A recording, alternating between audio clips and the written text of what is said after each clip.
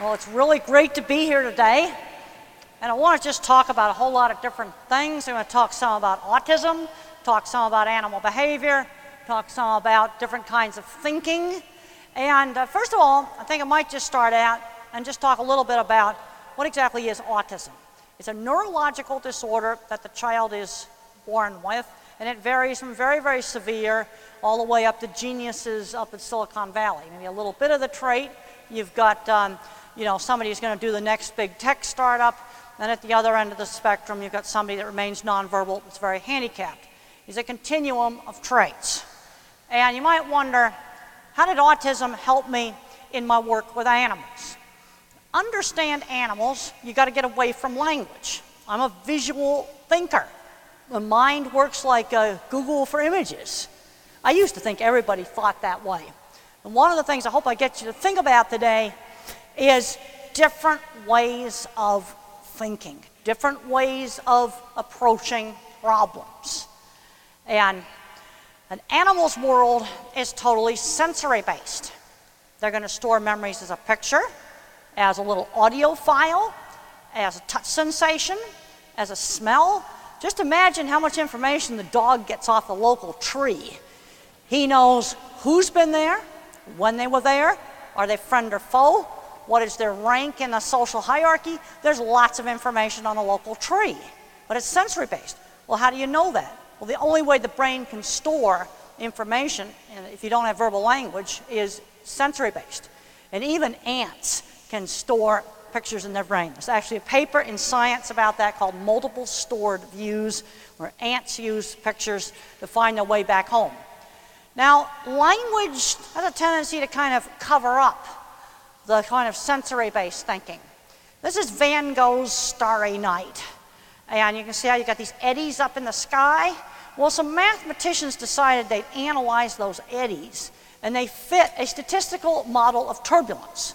I don't think Van Gogh knows anything about mathematics or turbulence. He just thought they were pretty. And that brings up, pattern thinking. Going to discuss that a little bit later. There's a certain type of Alzheimer's, whereas the frontal cortex gets destroyed, art ability comes out in somebody with no previous interest in art. This is the work by Bruce Miller, and that picture there, the beautiful horse picture, was drawn by a patient with Alzheimer's. And then eventually, the disease wrecks everything. See, the brain is sort of like a big office tower. You see, I have to think in pictures in order to think about things. Imagine a great big office tower. Up at the top of the office tower, you got the chief executive officer. That's the frontal cortex. Then you've got the division vice presidents. That's language. And then underneath that, you got the fun geek stuff. Visual thinking, music, math, all that good stuff. And you kind of get rid of some of the frontal cortex stuff, then the techies down below, they can really get out and play for a while. And then eventually the entire building gets wrecked. Now, the thing that is different about thinking in autism and regular thinking is it's details. This really helped me in my work with cattle. It's also bottom-up thinking. You piece lots of little details together to form a whole. And this is a test to determine whether a person's a detail thinker or the Gestalt thinker. You got great big letters there, like a great big S made out of little S's, or you can have a great big S there made out of little H's. And one of these letters will be flashed up on the screen, and they'll say, well, press the key, to identify the big letter or the little letters. I, like a lot of people on the autism spectrum, I picked up the little letters much more quickly. I attended to the details rather than the whole. But details are important in this world. If a bridge engineer didn't pay attention to details, maybe the bridge might fall down if he made the welds too small. Okay, there's some research now that shows that the normal brain tends to ignore details. And the way this study was done, it was done by Dr. Nancy Minshew at the University of Pittsburgh, is they put people in a brain scanner and had them read out of a book. And the autistic person gets the details of the words.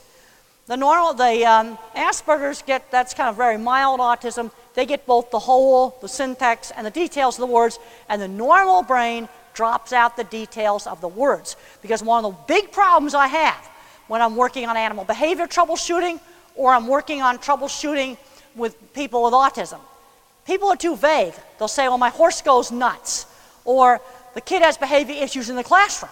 Well, what's a behavior issue in the classroom? Throwing spitballs, I might have to handle that a lot more differently than I would handle a problem with maybe being aggressive in the classroom. Very important.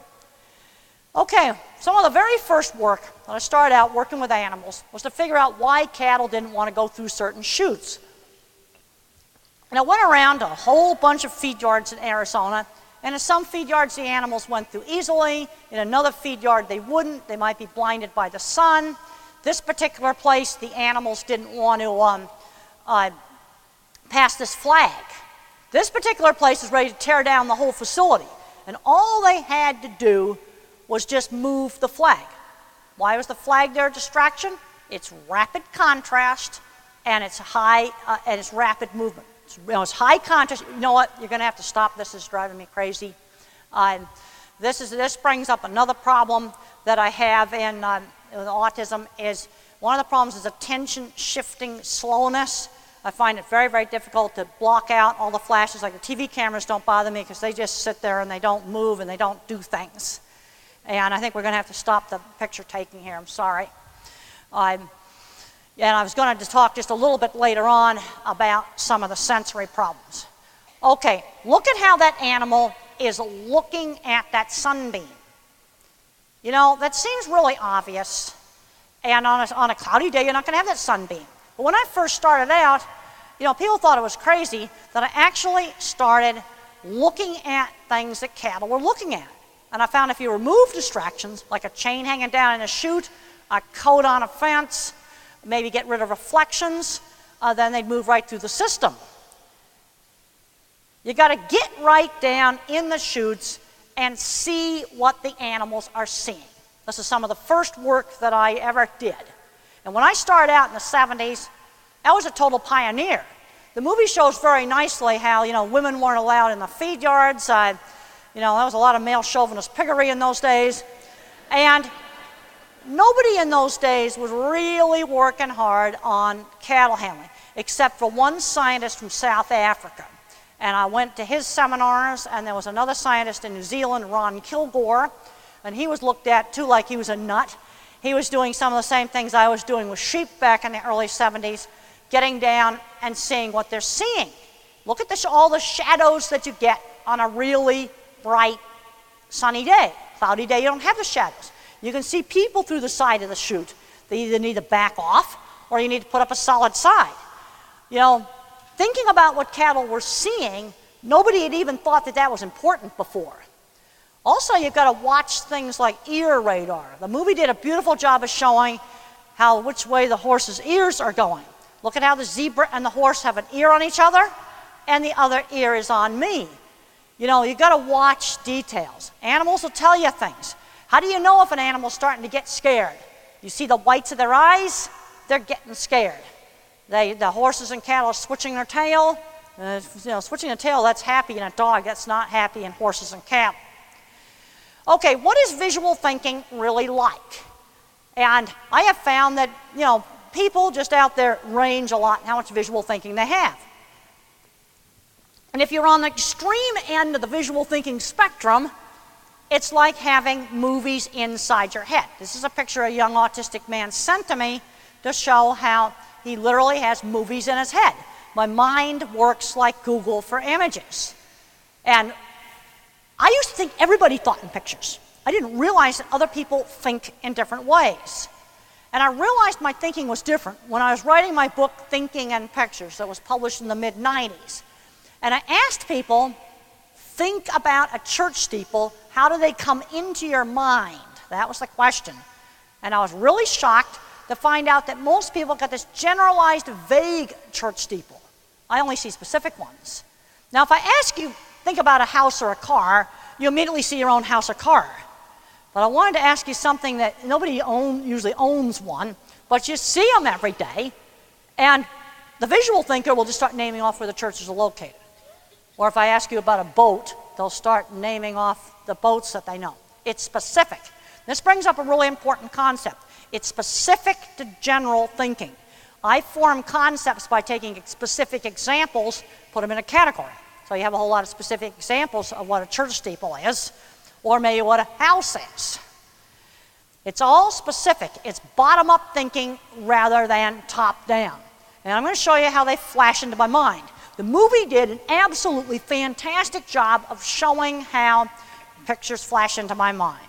Okay, childhood one, local ones, famous ones, they come up just about like that. Sort of like going through Google for images, and I can go back through them. And the pictures that tend to come up first are early memories from childhood or something I saw just last week. And now, of course, for the church steeples in Fort Collins, I have all the weird ones. There's a weird round one with wood shingles on it. There's an ugly cinder block square one that has green louvers on it. I call that one Our Lady of the Louvers. It's over in LaPorte, Colorado. It's specific. Now, if I say cell phone tower, I see another set of pictures, like a fake tree, a really stupid fake tree, or a fake silo. And I put the cell phone stuff in there. But the problem is, if I ask you about cell phone towers, a lot of people may not know what they look like. I've got to ask you something you know what it looks like. So it just flashes up in my mind, and then you can get off the subject. Okay, let's say the last one right there. Okay, if I hold that up in my mind, then I might start thinking about my trip to London. This is how it's associative. Then it gets off. So now I start getting pictures of, oh, we went and we looked at the crown jewels. Oh, they were really pretty. I looked at them, I go, are those really real? Now I'm in the diamond category, and I'm seeing the ad for De Beers, and it says a diamond is forever. That makes me think about something I tell my students about email. I said emails are like diamonds. They are forever. So if you write really bad stuff on the internet, it can be forever. You see, okay, how did I get from church steeples to London to diamonds to email? Okay, now you see there's a logic to that thinking. It's associative, it's not linear. Now, visual thinking really helped me in my work designing cattle handling facilities, because when I drew a drawing, I could test run the equipment in my mind. Now, I had to go through quite a long learning process, and this brings up the important thing of you have to develop abilities. And when I was a little kid, my parents developed my ability in art. My ability in art was encouraged. Girls in the 50s learned sewing. I had a toy sewing machine, and then later on in 6th grade, I got a real one. I loved sewing. It was making things. And I was really good at artwork and good at making things. I was very good at embroidery, too. In fact, that helped to get me into the Swift plant. And there's a scene in the movie where I meet the wife of the manager. Actually, it was the wife of the insurance agent. There was a slight change here, and she liked a hand-embroidered shirt. I was wearing my portfolio. And what I learned is I had to sell my work and not myself. But we take these young, quirky kids, might be good at one thing, bad at something else. We need to build up their area of strength. And we need to be thinking a lot more about what are they going to do when they grow up. Now, I have found that visual thinking is a continuum, that most designer friends I have that are in the meat industry, when they look at a blueprint for the whole plant layout, they can visualize the equipment still but not running. I'm very getting concerned about people getting away from doing hands-on things. Because one of the things I saw as the industry went from hand drafting to computer drafting, the old people, when they went over to the computers, their drawings are fine. But when the young people just came in, and they'd never built anything with their hands, and they'd never drawn a drawing by hand, they're making a lot of weird mistakes on drawings. Like they don't know where the center of the circle is. There's an aerial view of the dip vat that was recreated for the movie. The geek side of me just loves the fact that all my projects were actually built and they actually worked. Like they built the gate exactly the way I built it, dip vat, the squeezing machine, and the optical illusion room. And I spent a lot of time building that optical illusion room. And it made me kind of happy to find out that the stagehands had a hard time building that, even though they had the drawings for it. That kind of made me happy. And there's one of my drawings. Now the thing is, I got to emphasize that it takes time to develop skills. You know, I could build things, I was very good at building things, but I did have to go through a learning process of figuring out how the lines on a drawing relate to the real object. And what really helped me is I got this great big blueprint for the whole Swift plant. It included the water tower, the parking lots, the roads, everything. And I walked around the plant until every line on that drawing could relate to a real thing. Like a circle was a water tower. A little tiny square on the drawing was a concrete column and it held the roof up. Everything on that drawing. And then I was able to build things on the drawing. You know, you've got to train ability. I didn't learn cattle handling stuff overnight. I spent 3 years training myself how to lay things out and do the design work. And there's the dip vat. And also what made me happy is that this drawing right here actually was on the conference table in the movie. It was used as a prop. That was my real drawing, and they animated the cattle going on that. And you might wonder, why round?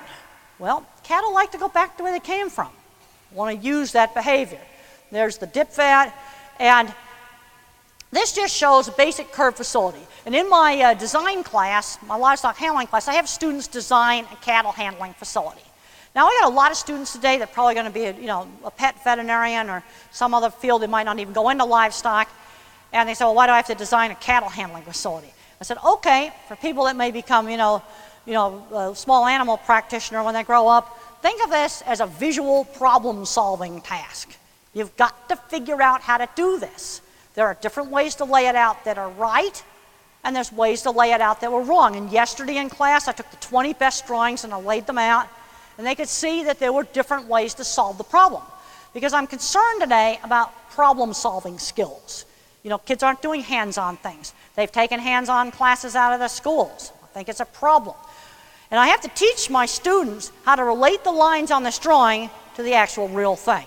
So in class, I actually switch these back and forth in class, kind of like this. So they can look at the drawing and then look at the thing. And then I have them take this drawing and walk around down at our RDAC experiment station and relate the lines on the drawing to the real thing. There's the real thing. Here are some of the common mistakes I've seen in young people that have come into the industry, and they're doing computer-aided drafting, and they've never used their hands to build things or draw. Radius point of the circle's not in the center of the circle, 25-foot long gates in a pig stockyard, uneven alley widths, gates that don't swing right because they don't use the compass function. I have had students in my class that didn't even know what a compass was for drawing circles. I had one girl that said, well, Dr. Grandin, I can only draw one size of circle, and she pulled out a Boy Scout compass. She didn't know about, I guess they don't do compasses and protractors anymore in school. I think that's a shame. Now, some little kids on the autism spectrum, also some kids with some other labels, oftentimes something like drawing skills will show up young. We got to build on that. A lot of these kids will get fixated on a certain subject, like airplanes or trains. If he likes trains, read a book with trains. Let's do mathematics involving a train. Use the motivation or the fixation. One of the places where autism may have helped me when I was getting kicked out of all those feed yards was that drive. Also, I didn't pick up the subtle sounds. As long as the cowboys didn't actually kick me out of the feed yard and I could get to work with the cattle, then I was happy. Now, I used to joke around that I had a huge internet trunk line in my brain. This is a brain scan taken right through here. This is what's called tensor imaging. And what this maps are big cables that are in the brain. See, in your brain you have gray matter, that's what you think with. And then you have white matter, that's the inter-office communications in the brain. And yeah, I've got a huge, huge, big internet trunk line. See how far back that goes in the back of the head? That's going all the way back into what's called primary visual cortex. That's where the graphics files are. And the control has a smaller one. And here's another slice that's taken right up here. And I've got a huge one there on the right-hand side. But the thing is, not everybody with autism has this big trunk line, because not everybody on the autism spectrum is a visual thinker.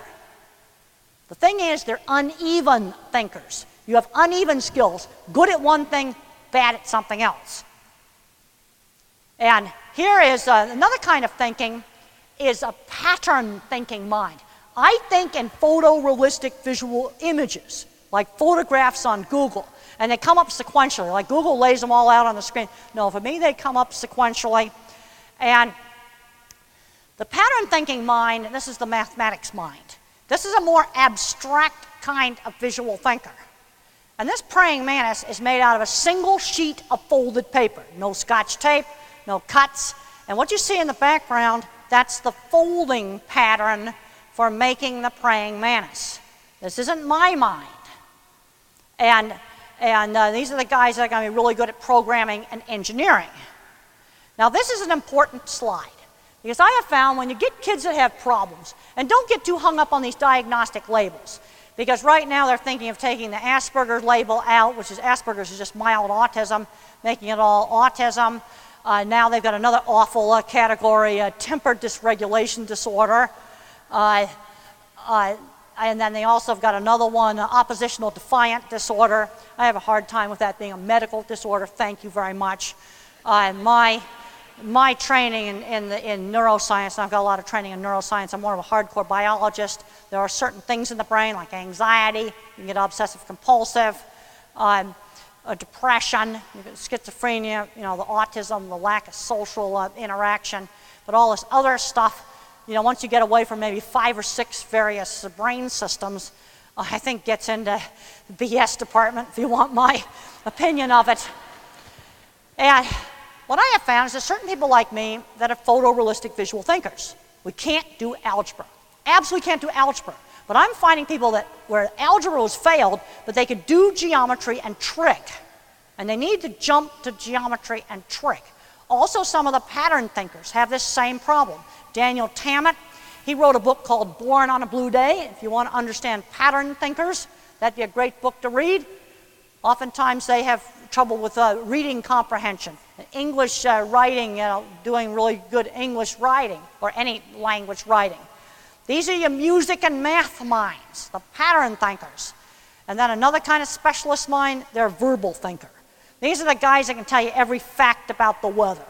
These are the guys that might make really good journalists. They make a great tour guide because they can just talk about their favorite thing over and over and over again. And then I had a student that was dyslexic, and she was an auditory thinker because she had a visual processing problem that made it just impossible for her to draw. And she did animal behavior by listening to how animals sound, their breathing, how they walk, it's the sound of them walking, and not drawing.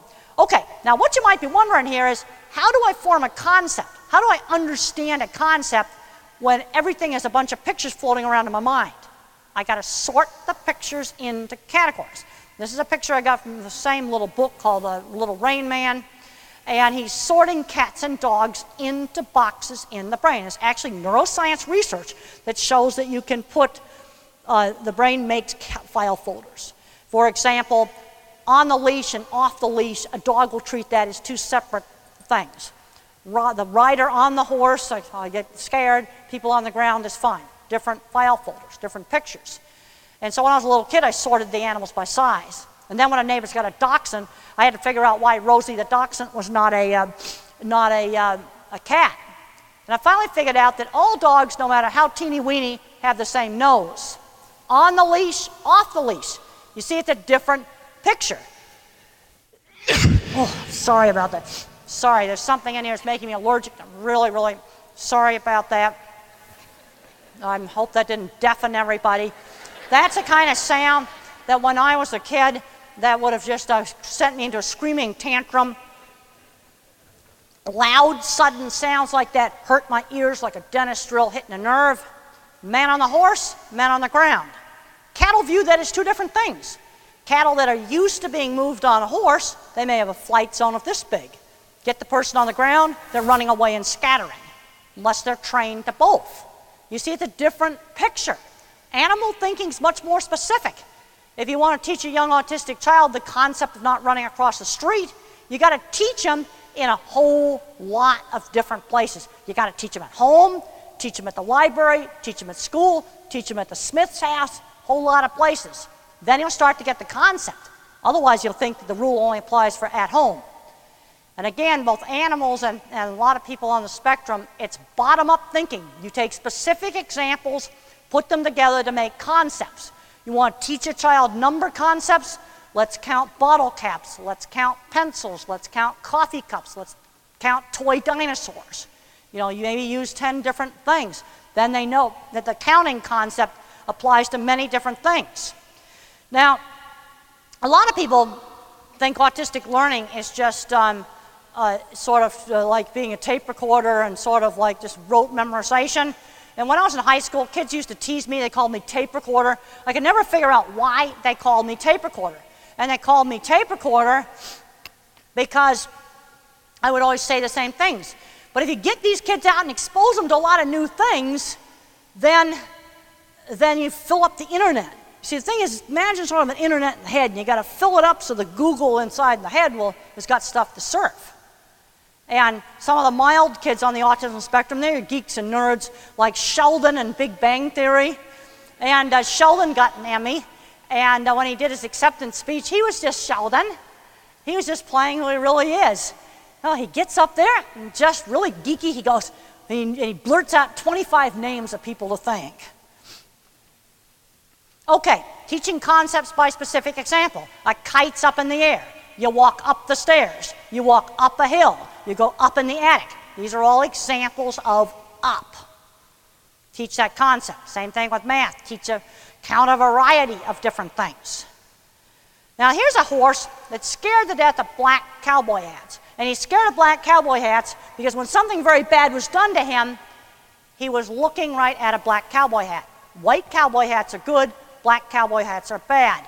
They often will associate something bad with something they saw or heard right at the moment the bad thing happened. Like a dog might get afraid of the place where he got hit by a car. Well, a person wouldn't do that. A person's got more association cortex and would know that the car did it, not the mailbox he was looking at the moment he got hit. Let's get back to the different kinds of minds. And when I was asked to do this talk, I was asked to give a longer version talk I did for the TED conference out in California. It has a lot of technical people. I got to meet the heads of Google. I got to meet all kinds of really neat people. And I got to meet a lot of geeky, kind of nerdy people that went down the right track.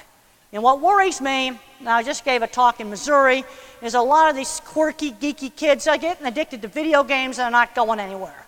Then when they're out in California, they just go right into airplane design, or they go into a tech startup. Those are the lucky ones. And we got to figure out how different minds can work together.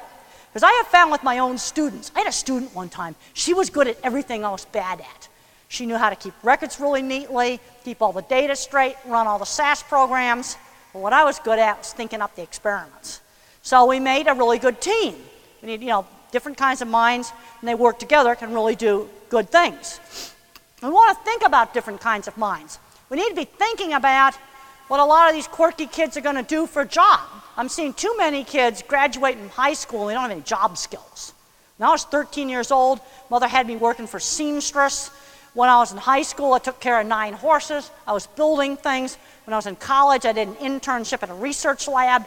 We've got to start teaching these kids work skills. Where are all the mildly autistic people my age today? Most of us are employed, starting out with paper routes, when we were kids. And I'm seeing too many of these kids kind of going down a rut they shouldn't be going down. We've got to work on helping these students to be successful, build up their strengths. And when it comes to video game playing, let's limit it to an hour a day.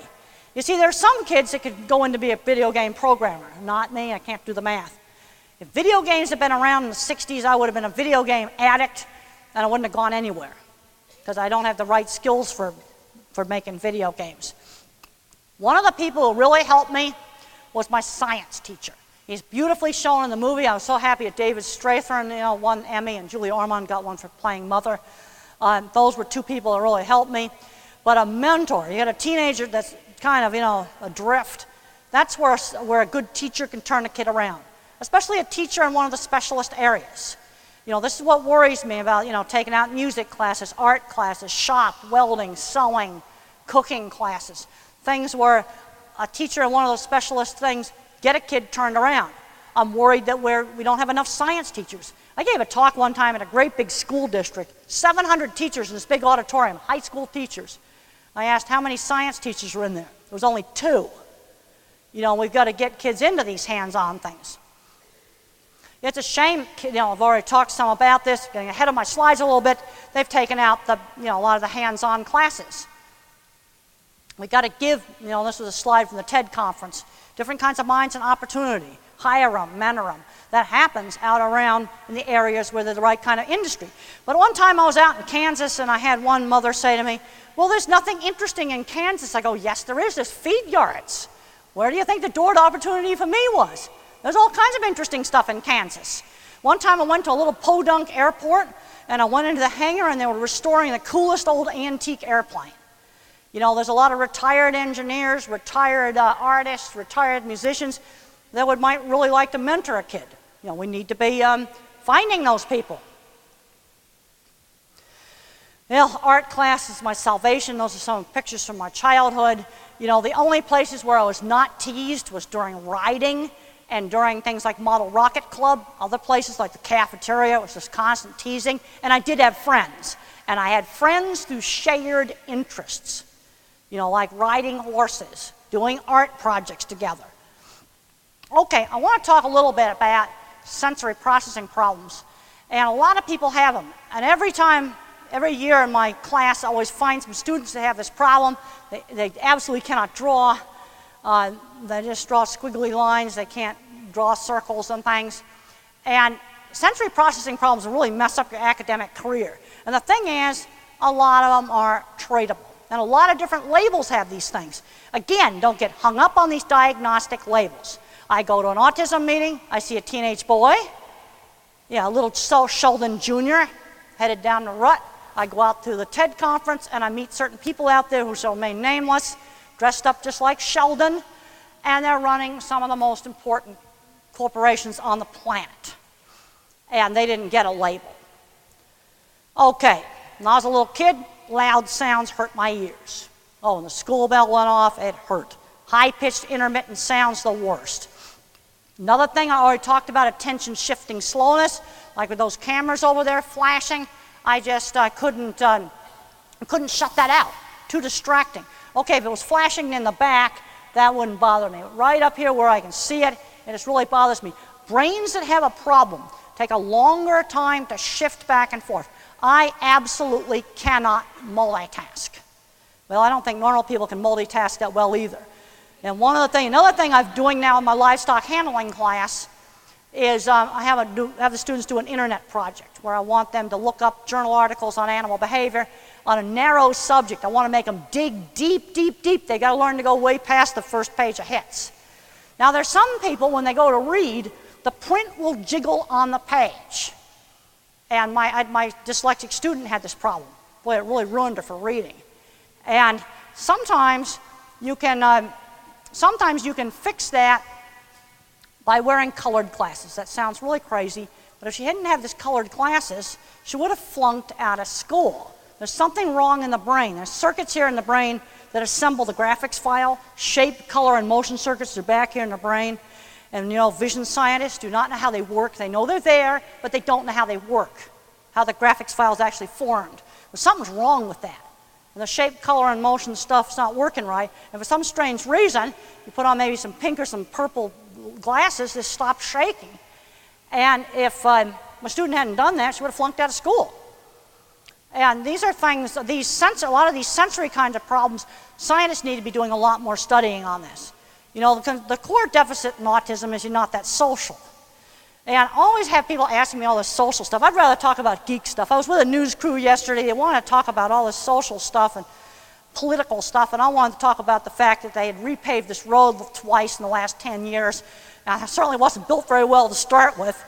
That's something that I find a lot more interesting, is the fact that why do we have to redo one of the runways at the Denver airport and it's not even 10 years old yet?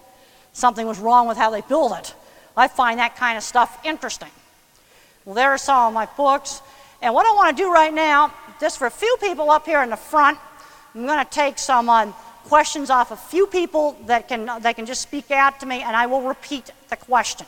You know, I can only go like just a few rows back, but okay, how about here in the black and white checkered shirt right there? Oh, my mother's doing just fine. She's 83 years old. She came to the Emmys, and we got up there on the stage, and I just had this urge, and I just had to go over and get the mic, and I had to say, Mother, stand up, stand up, stand up. And she stood up in front of 13 million viewers. It was really great having her there. I was allowed to have one guest, and I made sure it was my mother.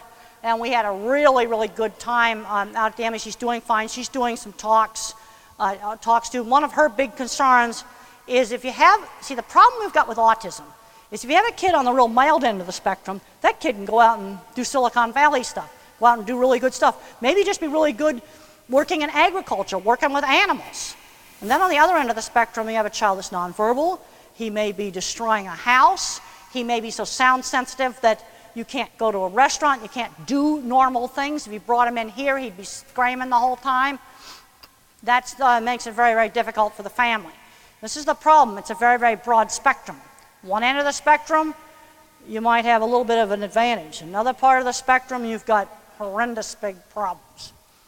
Okay, right there.